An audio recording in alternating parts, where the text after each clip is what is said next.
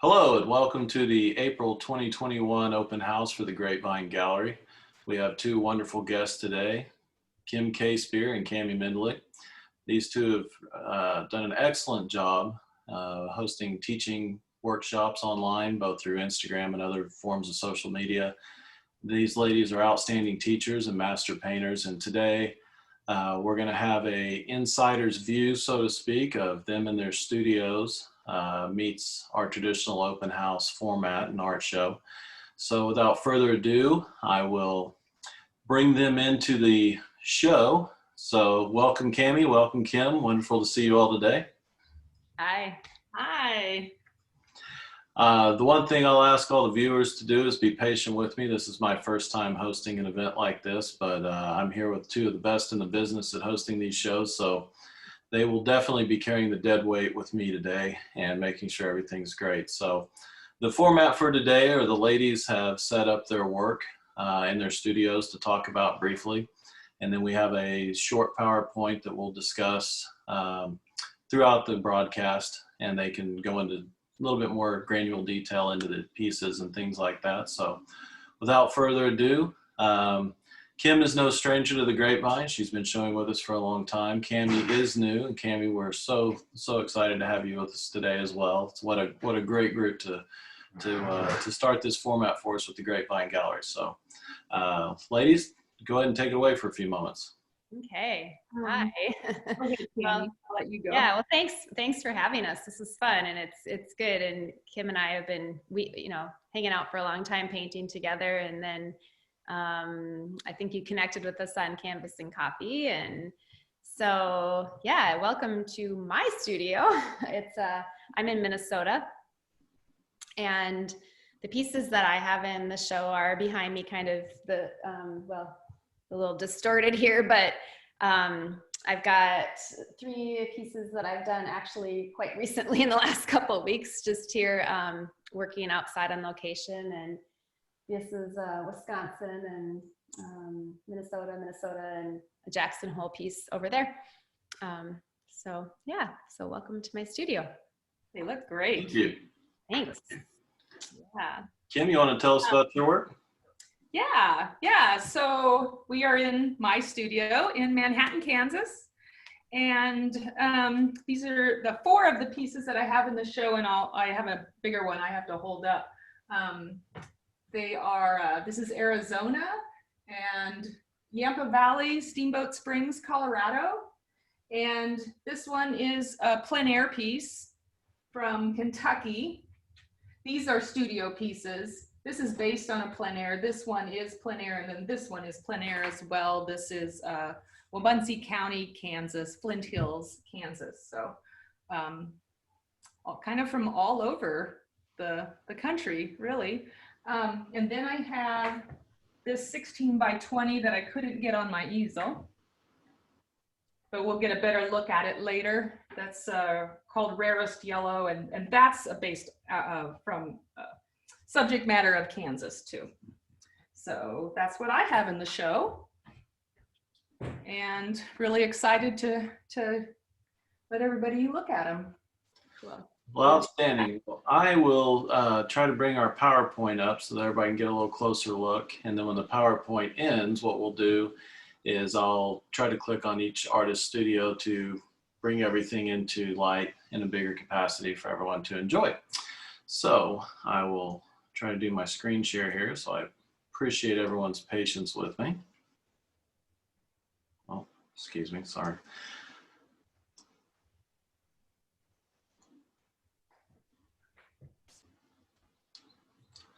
Alrighty. I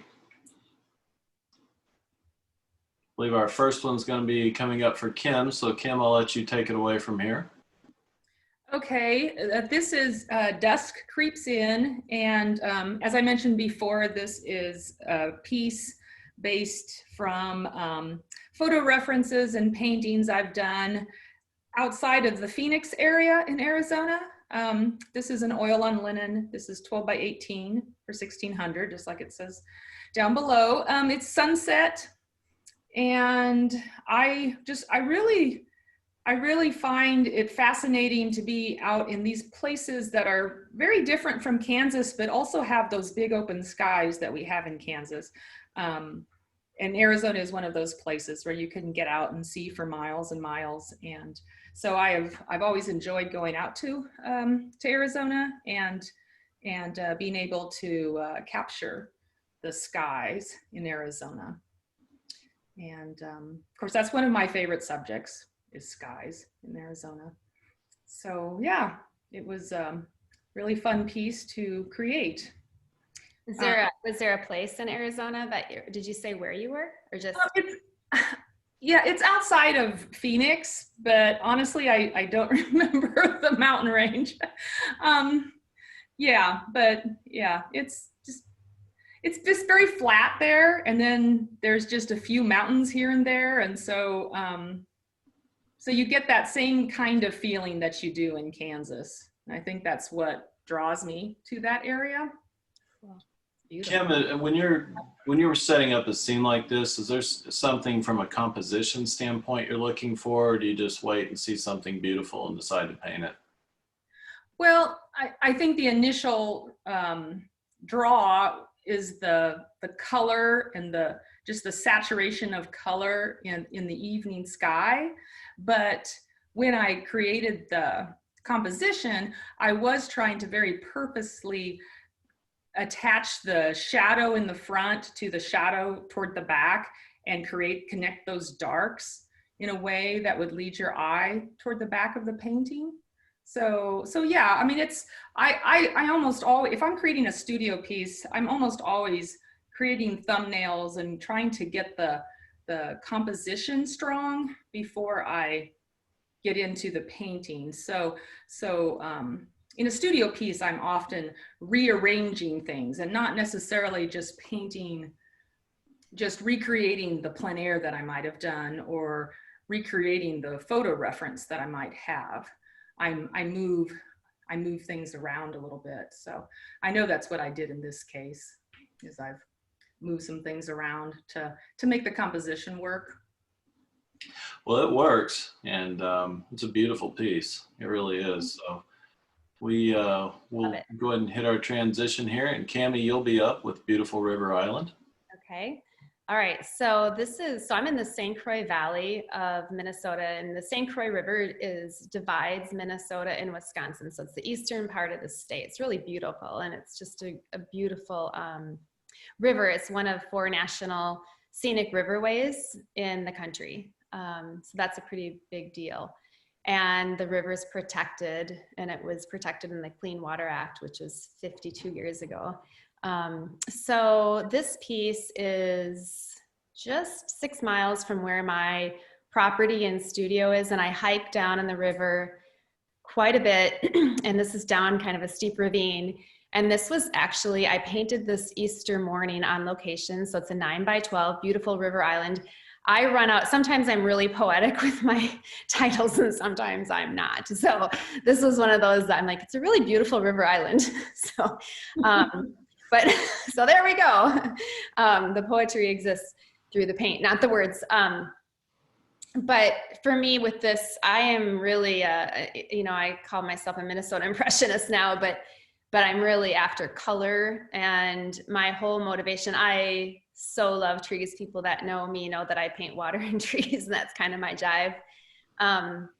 But this, I love that morning light, and so I'm looking east, and the background, leafless, deciduous tree line, and the trees are all leafless right now, and so you just get this beautiful atmospheric perspective of that hazy blue. And so I was totally after that color in the background, like just nature blows my mind every day, that the harmony of like the gold and the blue. I mean, it's just, you can't make this stuff up. And so my goal is to capture and just study the color. And as I get wiser and older, I am finding that I'm having more fun experimenting with the paint quality, so that when you look up close to my paintings, there's just luscious paint. And yeah, so I'm abstracting from the landscape is how I is how I see it, and using color. So this is what that was, and it's all plein air, and I just left well enough alone and called it done. So It's a fantastic piece. thank you. I love the lacy little branches. I think those are so fun to look at. Thank you. And it's interesting because it's mostly well, I love even the word deciduous, so like the leafless deciduous leaf, branches, but I love this time of year where there is not green, and because pretty soon Minnesota is a green explosion. It's just so green. So right now it's really fun with these gold dry grasses and the branches, and so I've been having a good time just experimenting with the delicate kind of differences in the intricate character of each branch reaching for the light. And that's what I really enjoy studying, is how each branch is just reaching for light, and it's every single one. And sometimes they have to go down and up to get there. Sometimes they're reaching out, but especially on the river islands, they're competing for light, and they're very strong because they endure a lot of flooding on the water. Sometimes these are, up to, well, I'll point to this because I realize I can't point on there, but they can be immersed in water up to here, in the river, the island can disappear. So I don't know, I make up metaphors when I'm out painting of, their story and what they have lived through, and just dragging the paint and scraping out branches, and some are getting hit by light and some are dark. So is there a certain time of day, Cami, that you like to try to capture these branches in this certain light to get the color you're looking for? So when I first got out there, it was 8 in the morning, and this was the color of 8 in the morning. And what I knew was really important was getting the color relativity of the warm buttery color of the sky to that hazy blue in the background. I masked in color very quickly, just big average abstractions of color, and the trees. So then, and I've painted enough, over the last 30 years that I can get those masses of color in, because that's what I'm studying from life, but the drawing doesn't change. So I like to do it in the morning and get the color really quickly. And then I can kind of take my time with moving the paint around and drawing and pushing and pulling the paint. And then I also like going out later in the afternoon to the evening light too. The middle of the day, it's okay, but it's not my favorite. So I like the contrast of the darks and these being kind of backlit. And there's evidence of that lighting coming in the cast shadows on the grasses there too. So that's descriptive of the light. Well, you did a beautiful job capturing the light in that piece. It's a stunning piece. Thank you. All righty, talking about buttery yellows and fun yellows, here's the red yellow from Kim. So yeah. Hey, Kim. Yeah, so I guess this probably is one of my more poetic titles, perhaps. I'm like Cami, sometimes I just label it what it is, and sometimes I try to be a little more poetic. But this was, I'm a cloud painter. I paint skies. Cami and I always joke about, I'm always looking up in the sky and looking out looking at the big vistas, and she's looking down where we live. And so this is just so much a part of me as being a native Kansan. This is always what I've seen, is these big open skies. And so I really like to capture that moment, that fleeting moment. And to me, capturing the fleeting moment of the clouds passing by is so very much about the brushwork. Brushwork has to be very loose and suggestive, and it has to have movement. So that was really my goal with this painting, is to see, just to capture the movement. So there's a lot of buttery big brush marks in this painting. which I think you can kind of see. I think you can see it in the image. Yeah. Yeah, and then really Beautiful. thick paint. I Really love thick paint, right? that. Yeah, the thick paint. I love the design and the movement. Like she's saying, the rhythmic, like there's like a connectedness that brings you right down. It just takes your eye through, and it's like she's just it's like she's a transmitter of this energy, and the brushwork is so beautiful. And then she brings you all in right into the sun, and it's intense, and it's thicker paint, and it's just Right. wonderful. Intentionally very thick, juicy paint right there where the sun is and where the warm oranges are.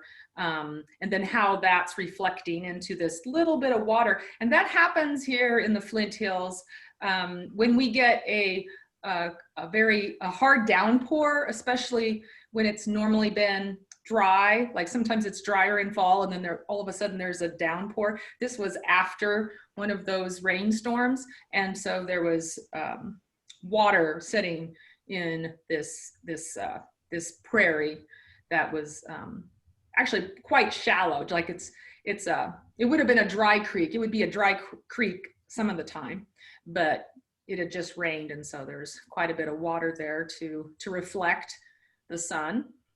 So I thought that's really special when we get to see that in the prairie. Yeah, it's one of my favorite things is to be out there in the open. The grasses turn this incredible, like this, they're dark here because it's almost nighttime, but they turn this incredible red, like orange red color. That's just really beautiful. I find that fascinating. So yeah, that's what I was. We don't get that here. That's what's so cool. Like we don't have red grasses here. Oh yeah, we can get, it's really wild because sometimes we can get, like you'll see the grasses in front of you and then you'll see the same red grasses out on that hill, for example, that's being silhouetted right now because of the low light in this painting.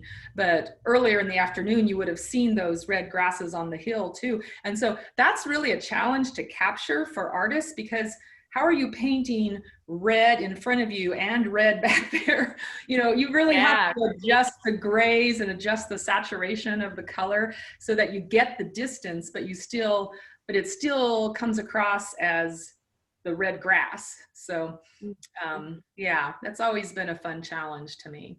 But I do like to chase the clouds. That's heads in the clouds. That's who, yes, yeah, for sure. Well, I think the depth of this piece is fantastic, and I think those contrast of those reds really help out with that depth, and the light is fantastic as well. So just real quick before we transition, what do you all do when the light is changing at the sunrise and the sunset? How do you make the call as an artist to say, okay, this is that fleeting moment, this is the time to paint this piece, and not, you know, almost like a surfer trying to catch a wave, you know, it's a perfect time to do it. What is it, a gut feeling, or how do you all, scouting, or how do you all do it? First. Yeah.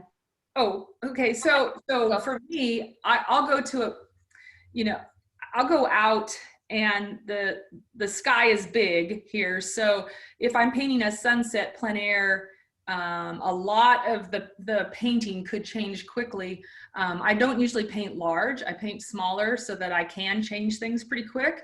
I get down the structure of the landscape. So if I'm painting a road or hills or whatever it is, I will lay out the basic shapes and lay out the structure. And then I probably will also lay out some of the structure of the clouds if I see something that I enjoy, if I see the shapes that I enjoy in the clouds. I'll wait for those shapes because they may be a little different from what I see right before the sun goes down. But then you get all that structure in, and then just wait for that magic moment.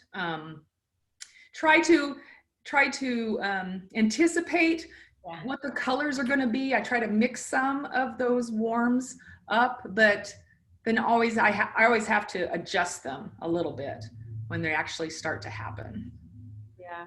Yeah, it's similar. I mean, for me, you know, like I'm not as much of a sky, like we've, you know, talked about a lot, is that my head's always down and I'm not, my compositions aren't so much in the sky. A lot of times my sky is a shape supporting the, you know, it's more of a shape. The sky is a shape supporting the shape of the land or the tree line.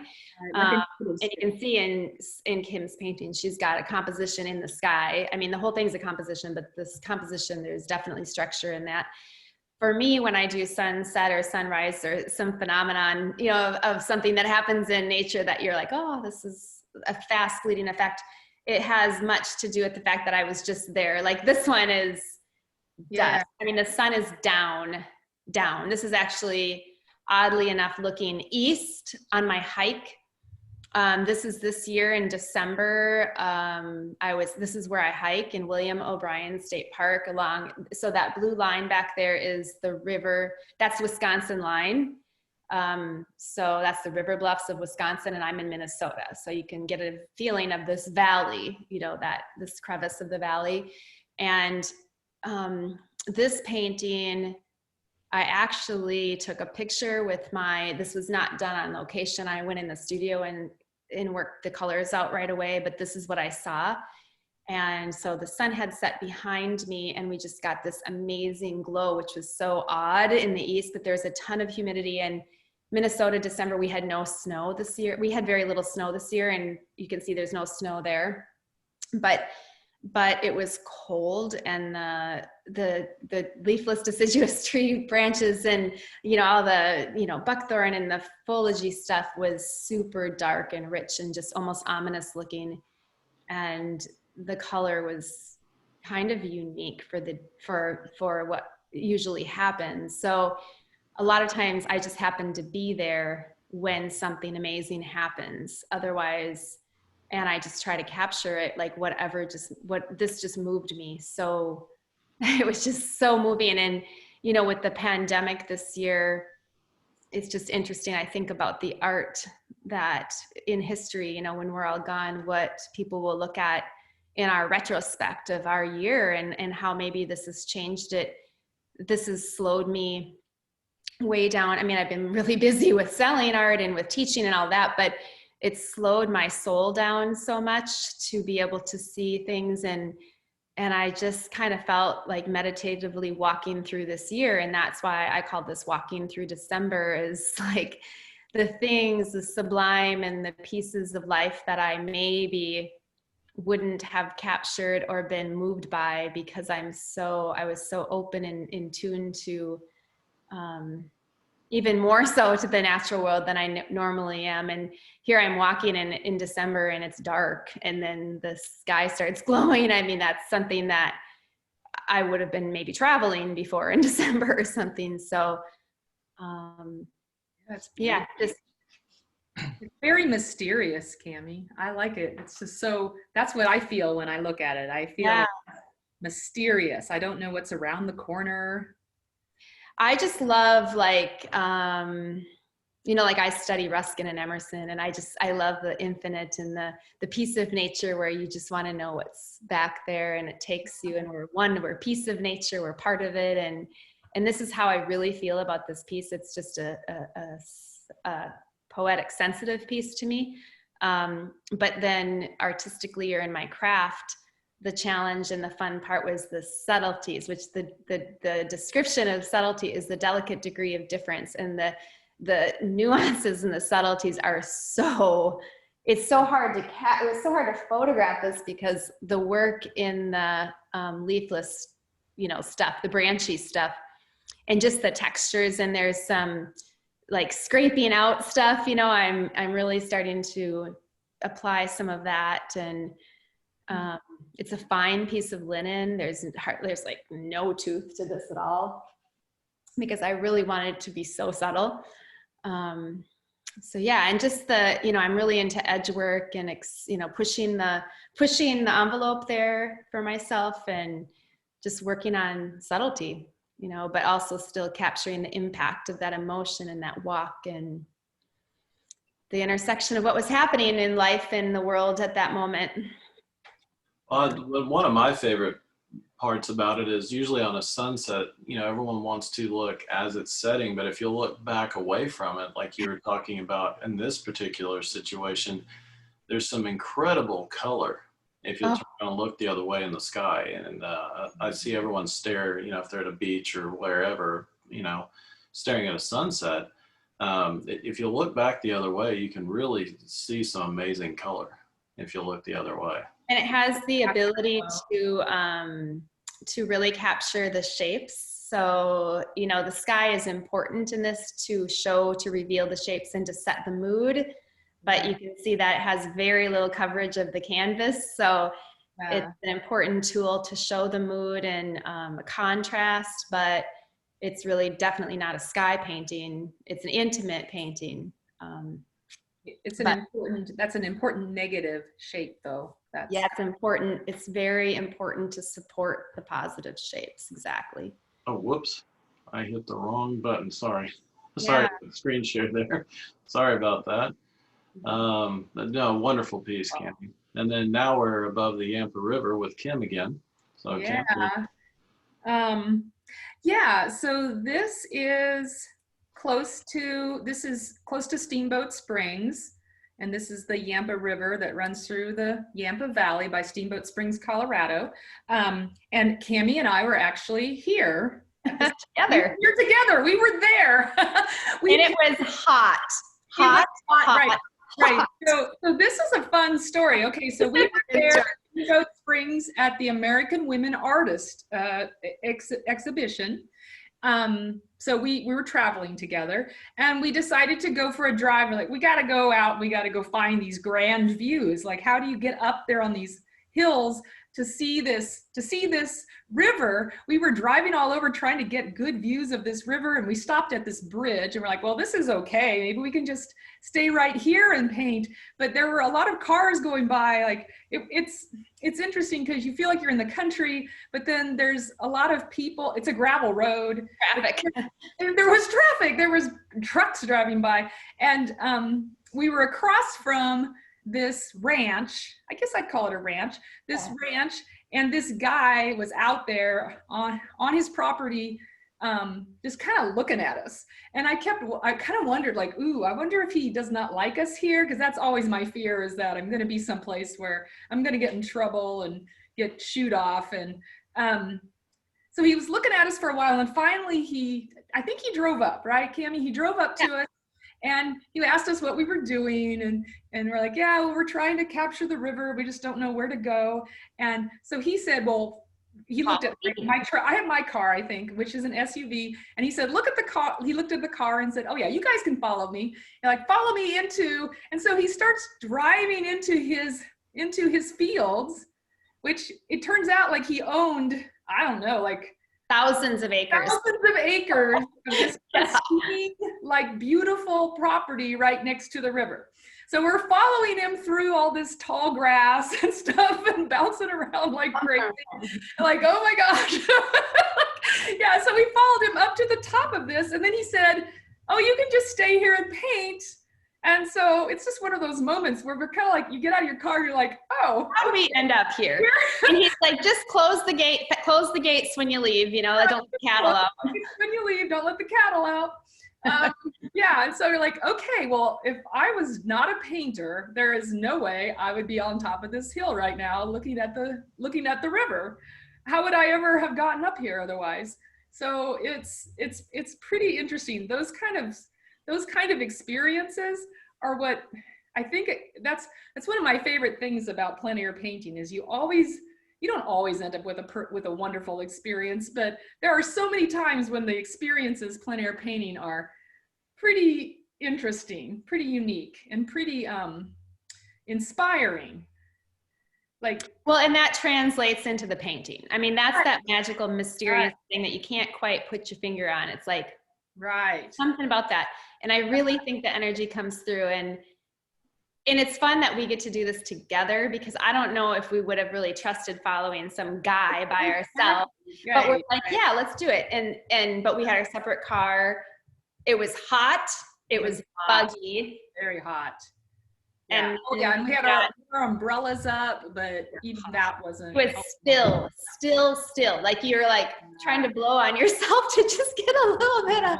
It was, Yeah, what I remember is, so I had an 8x10 plein air from this location, and you know, like it's okay, but I took tons of pictures, and then, so this is based on the plein air, but I didn't love my plein air. I think sometimes that comes, you know, you're hot and tired, and then that comes across in your work. But I was so extremely inspired by the location, I just knew I was going to paint something much bigger. And this isn't big, this is 12x16. So this is actually my first attempt at this scene.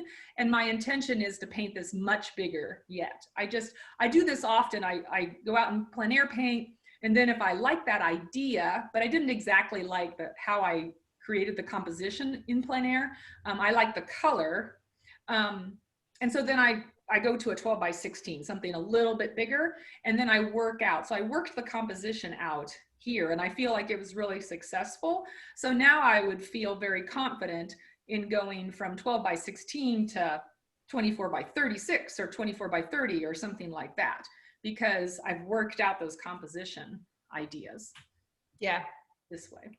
Well, the perspective and composition is phenomenal. It's a beautiful piece, and I love the different ways the sunlight's hitting the trees in the foreground and the grasses, and you know, it's really nice. You did a really wonderful job. Yeah, thank you. It's beautiful. Yeah, and it was fun, right, Cammie? It was fun to be there. Super fun. Well, hopefully we can meet the locals down here by some water. By the way, Cammie, I love how you paint the water, the reflections, and you get the movement in the water. So maybe you want to talk a little more about that. Okay, so the locals. So this is kind of how I feel, especially lately. Like I'm hanging out with the locals. But hey guys, hey trees, hey, it's me. So yeah, so this is the Brule River, and this is when it's a portage. So I'm a big advocate for the rivers and the tributaries, and the Brule is a tributary of the St. Croix, so they're connected. And actually the Brule is interesting. It flows north, which is unusual, and it flows into Lake Superior, which is the enormous body of water. Crisp, clean, bright. So this I did just 2 weeks ago. This is a plein air, and water is I like it. I mean, I just like it, like painting it. And you can see there's quite a bit of paint quality. This was the hardest painting to photograph. It looks so much better in real life. I wish you could see it. Like I could not get the colors of the bushy stuff. But anyways, it was so cold. So I was on a retreat myself with a friend, and we were in the forest. And usually this time of year, there's snow here. So it's usually my week of really like immersion of snow painting. And I do a lot of snow painting. It's Minnesota, but there was no snow. So it felt even colder because there was no snow. Like the brain was confused. So we woke up this morning, particular morning, it was 13 degrees. This was just 2 weeks ago. So I'm like, okay, well, maybe we'll do car painting today.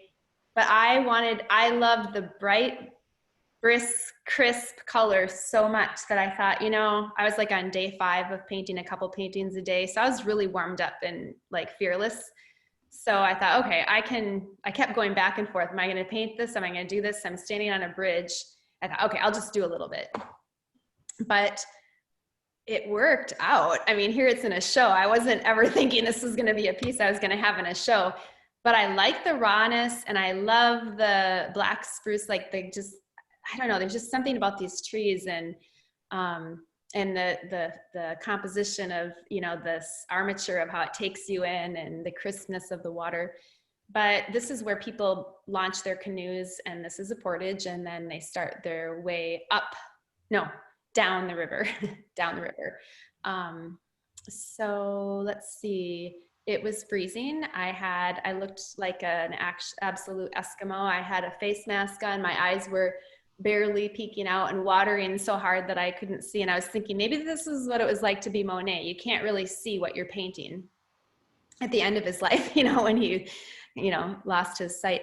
But so I just made color and I had mittens on, and I had warming packs, and I had 4 coats and long underwear and more pants and snow pants and boots. And I painted kind of like this because I had to have mittens on and the heat packs. And to my surprise, I guess that's maybe what I like about it. I can see the energy of just like I just had to get this done, and that was it. So it's not a real sensitive piece. It's more of a bold piece, I'd say. I think the energy comes through very nicely. I mean, you can almost hear the water running through that bend of the river there. It was bright. It was just bright and crisp and vivid primary colors. It was really, really cool, really remarkable, and just cold. Very cold and very windy. It was just moving. So there was a lot of energy, and I did paint I lasted, this is maybe almost 2 hours, which I did go back in the car twice just to kind of thaw out for a second so I could go back and move, and then that was it. I used some palette knife work a little bit just in the water to move it around, and I made a ton of paint, and then just kind of loaded up the knife and just kind of, to get the trees, just because the paint was so stiff that it was hard to get it off the brush. But yeah, but that's the locals. I know we're all very thankful you toughed it out to bring us such a beautiful scene. Thank you. Now it exists. You can really tell it's like cold and crisp. Cold and crisp. Refreshing on a nice summer day. Just look at the painting of the locals. Yeah, I think we could all use that when it gets hot in the summer. Yeah. Well, Kim, tell us about Tay. Yeah, this is Tay's place, obviously. Okay, so I taught a workshop in Lexington, Kentucky, not this October, but the October before that. And so that's what this painting is from. This lovely lady named Tay, who let us paint on her property for the workshop. And then something happened in my hosting, the place I was supposed to stay. And so the group, it's an art group in Lexington, and they were hosting me. And so they put me up in this hotel, and then we went to Tay's place to paint, and she has like all these old barns, and then she has a couple houses on the property. I mean, it's this really weird, it's this really cool, like historic property of hodgepodge of buildings. And so she said, oh, no, like, I think the house, it was an old farmhouse. So they have a house on the property that's also an old farmhouse, but then there was this other old farmhouse on the property, and her mother used to live there, I believe. I think that's right. But didn't live there anymore. And so she said, well, I've got this house. You want to just stay here? And I thought, yeah, because why would I not want to just stay right on this beautiful property, and I could get up and like paint right there. So I stayed in her old farmhouse, and then I got to paint. This is actually, so this kind of looks like a driveway into the house, into the property, but it's actually not. Her house is on the back end of that property. And so the drive to the house is on the other side. And this is just like an equipment path that they use through there to get to some horse property. And of course, Lexington, Kentucky is like, that's what you see there is lots of horse property. Everybody's has horses. So it's really fun. It was a fun place to paint, really cool buildings. Just in Lexington in general was a really cool place to visit and a cool place to paint. So yeah, this is plein air. It came out really nicely. I like how you used the shadow of the trees across the path there to help really show the depth of the piece and depth of the property as well. So it really came off nice on this piece. Yeah, thank you. Yeah, that's something that I like to play with that if I can, because the horizontal cast shadows often help a road or land lay down. You can you see the depth, and it helps it lay down. So yeah, I played around with that idea in this piece. Helps it lay flat. Yeah, it's got a really nice, like one point, it's like you're going into that road. I love Yeah, it. yeah, that 1 point perspective. Yeah. Yeah, Really, yeah, it's fun. I'd like to get back there sometime to Lexington. well, it sounds like a fun place to be. Yeah. And then you can watch horse racing, of course, which is really fun to watch. Well, I'll put that on my bucket list. I've always wanted to go watch the I would like races to at do the that. fancy places. I've always been to the Oklahoma, B plus ones, not the fun place like Lexington, Kentucky, Yeah, but yeah, maybe one day. But speaking of really gaming, something. here's our game trail crossing. Yeah. That's Outstanding. what it is. There's a lot of deer and wolf, and you'll see, this is in the rural forest, and the forestry service is starting to clear a lot of the forest, the state. So it's hard to see happen. If you go around the corner, they've kind of just clear cut, which is, we hate, but it happens. And so anyways, this right here was kind of, it was a really, kind of towards the end of the week of working, and I just was cold, and I thought, okay, I've got to squeeze a couple more paintings out of me. But it's so dark and gray today, I don't know, but the road's interesting. At least there's shapes there. So my friend Diane and I were in the car together in my car, and I said, you can come with me if you want. I'm just going to go and do a study. It's just, I'm really interested in that sky shape is what I was interested in.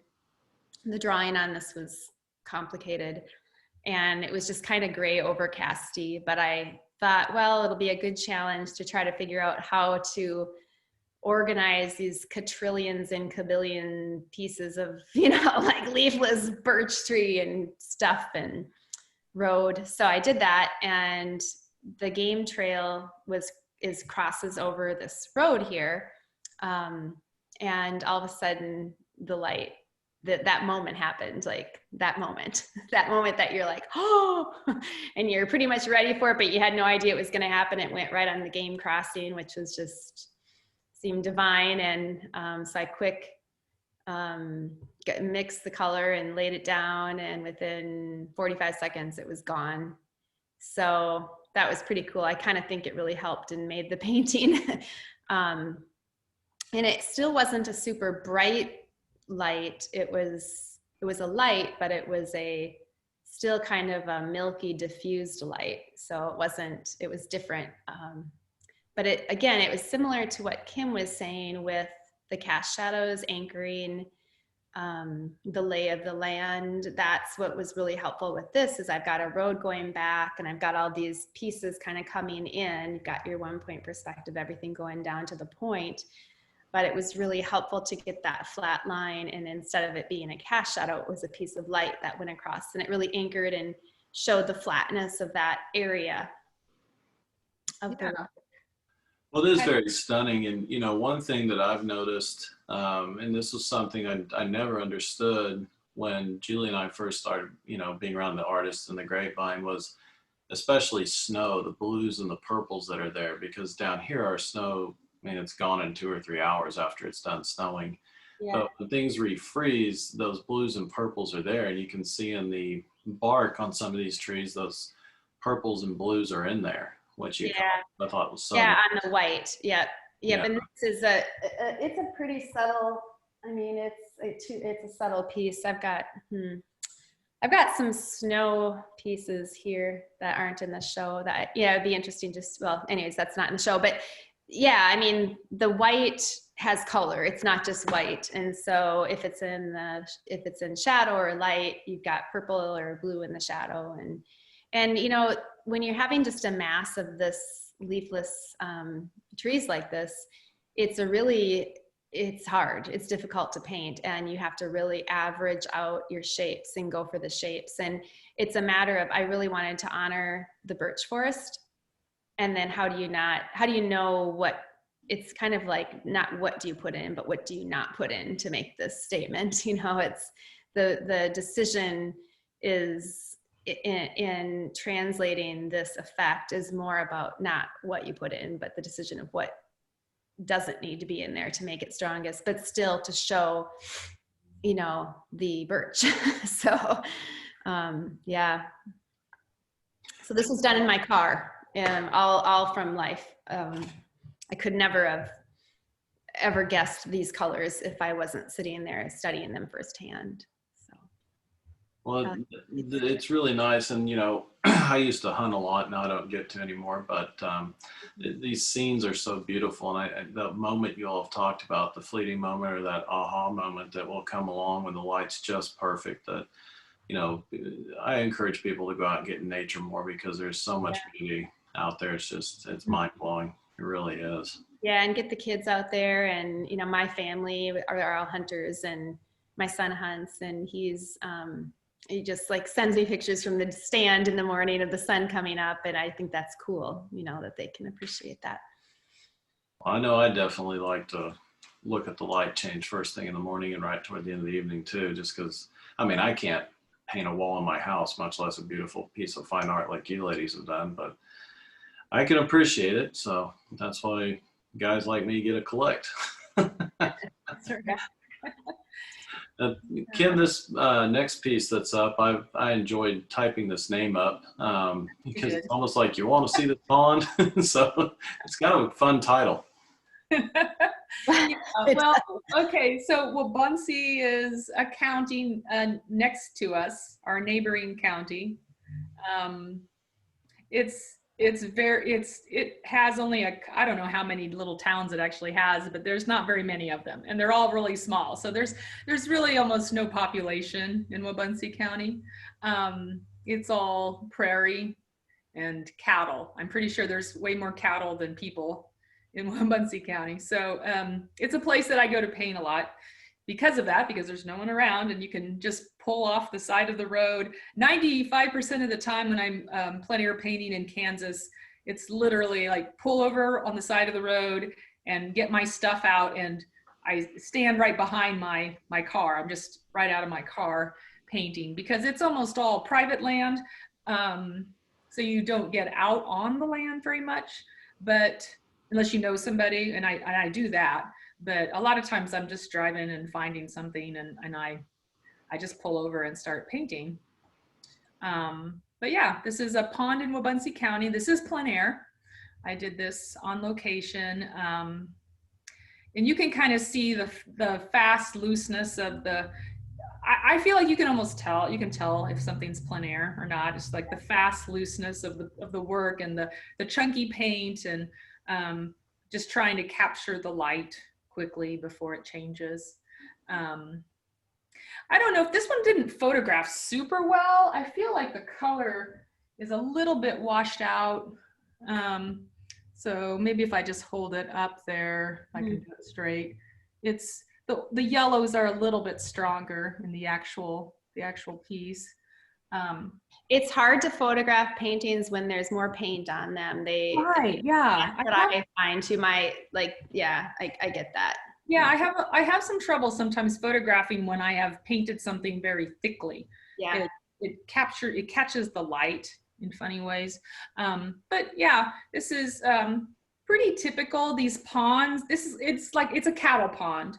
And so what the ranchers do is they dam up one side so that the rain collects, and there's a lot of springs a lot of natural springs in the Flint Hills. And so if they know the natural flow of a spring and the way it's going to, where it's going to fill, they'll create a cattle pond from that.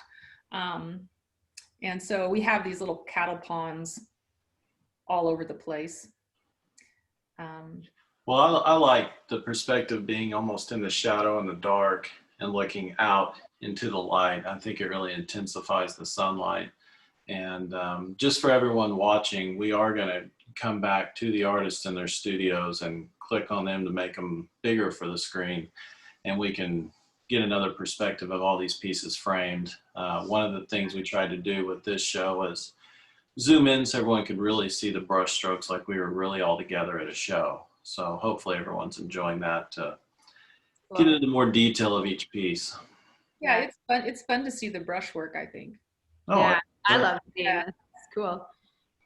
It's kind of like a chef watching someone prepare something, like, ooh, they had a little bit 10 feet of that than I would, you know? Stop. Kind of Yummy.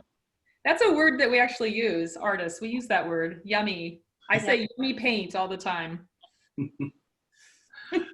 Well, and here is a Jackson Cottonwood by Yeah. me as one. So this is this, I was actually on the trip with Kim, and Plein Air Magazine did an article on Kim and I on our trip to Big Sky, Montana, and then headed over to Jackson Hole. And this painting is featured like large in the article of Plein Air, the March issue of this year. So that was kind of fun to see, and you can see the paint quality up really close. But I don't know, I like this painting. I like the yellow gold kind of colors. I talked about that in the Beautiful Island piece too. And it's just trees and water. And again, the sky here is to serve the shape of the tree. And I'm all about a tree and just like studying the character and the lyrical quality or the unique character of each tree. This is a cluster of cottonwoods, obviously. But Kim and I were just driving from, I think we were going out to the park. Yeah, like, that back road. What's it called? It's called something, of course, and I can't remember, but we were buzzing through. It's kind of like you cut across from Jackson you cut across to the park. The Teton Village Road. You cut back around. Yeah, and we're like, oh, stop. So we pulled over, and it was the middle of the day, so you can kind of see that the light is high, but out there, you still get this intense blue, and so you can see that the shadows just kind of dropped. It's a little bit in front of the trees, but the shadows just dropped a little, just kind of right under the cottonwoods. And so this painting, I am so mesmerized and curious about the character of trees and like the edge work, and it's got a really nice painterly quality. And the colors of the greens are not really that green, and it just was really fun for me to paint. And I love the flatness of the ground and the soft buttery yellow of the dried out, late July field with a couple tiny little prairie flowers there. But yeah, because it's late July. That's when we were there, and then everything kind of, I wouldn't say it browns out, but definitely the greens turn kind of a golden color. Yeah. They start to dry out already. And I called this as one because it just seems so like twisted and supportive, and it's two, there's multiple trunks, but there's two trees that there really are two growths happening, two separate trunks that really turned into like one. And I thought, oh, how beautiful and metaphoric and all of that as one. So, and just the fullness, and it's definitely a very organic, not trimmed tree and bunch of trees. And so, so that is the Jackson Cottonwoods, and it seemed like in the verticalness is dynamic versus the horizontal, which is, more peaceful. So it seemed appropriate. Well, the lighting makes it unique. You see so many pieces done in the morning or in the evening, but some of these during the middle of the day, there really is some beautiful light. You won't get those shadows, but there is an intensity there that's really nice during the middle of the day, especially. And that sky, if it weren't for that intense blue out west sky, it wouldn't be the same. So that difference of that clarity of that, you get up to the dome more of the sky, and you got the gradation going down. It was fun, and I just really thoroughly enjoyed painting this. I did it in my studio. It's a funny size. It's almost 16 by 20. It's 18 and a half by 15, but I've got it in this big frame because so it's actually a pretty, I don't know if you can see this. I guess we can see this later, but it's a pretty good size. It's just got some neat paint quality in there. Fun playing with the paint. So. We'll definitely look forward to coming back and seeing that in person. So before we go to the artists in their studios view, for everyone who's new to the Grapevine, here's our contact information. You can also see that on the Grapevine Gallery website. We would love to help you all, or as we say in Oklahoman, y'all add some of these works to your collection. They're all stunning. They're all beautiful and very, very well painted.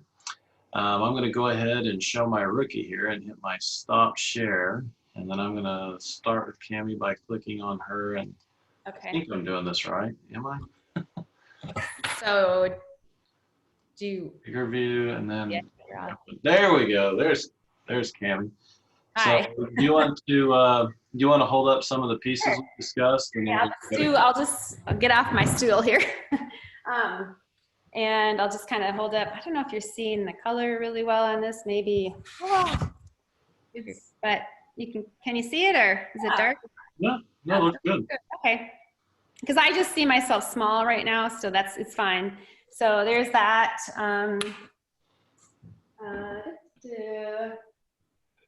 Wondering.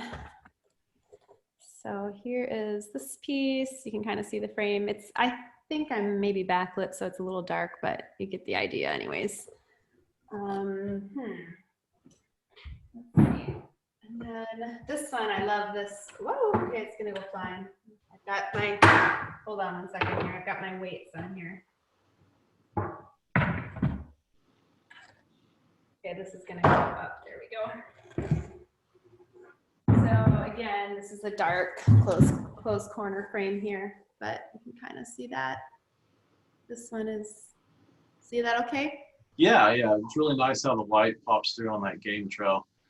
As we talked about in some of the earlier pieces, how that really adds to the depth of the piece. It makes it really nice. And then this one, this is in a really gorgeous frame too. This is one of Rhett Ashby's 12 karat. It's not as shiny as it looks in the picture, but I mean, the frame's not quite as bright. It kind of shows up like that on the screen. So there's that one. It's got nice, beautiful dark corners. And then the Jackson hole piece. Jackson Cottonwoods, I guess, is what it is. So that one. And this is like a 4-inch frame on here, just to give you an idea. You can see some detail on there a little bit. Oh, that's really nice. Get some of the edges of the scratching out on there.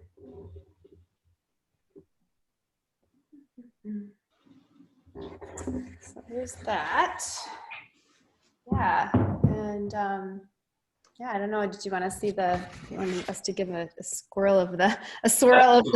It's a little messy right now because no one's been here because of the pandemic, but typically we won't tell. Your secret's safe with us. Don't tell anyone that it's messy. Don't show anybody. We'll tell anyone. Okay, yeah. All right. Well, I will try to click on Kim here. That way she can show off hers a little bit closer detail. There we go, Kim. Okay, or I'll just, yeah, there. Yeah.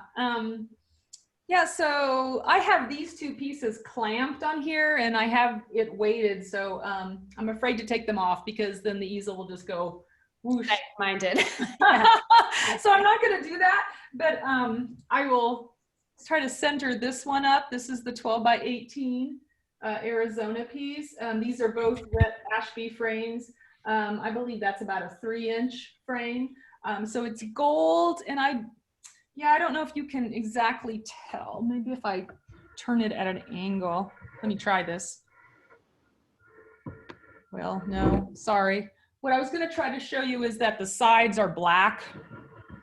So it's not like it's a gold frame, but I like this. I like that he does this. The gold is on the front and then the sides are painted black. So it's a little bit more understated that way. But it's a really pretty soft gold. So I really like that frame. And then let me scroll this one over. So this is another Rhett Ashby frame. This is a profile that I've been using a lot. It's a little bit contemporary. It's just it has a little bit of an inset, and this is a white gold.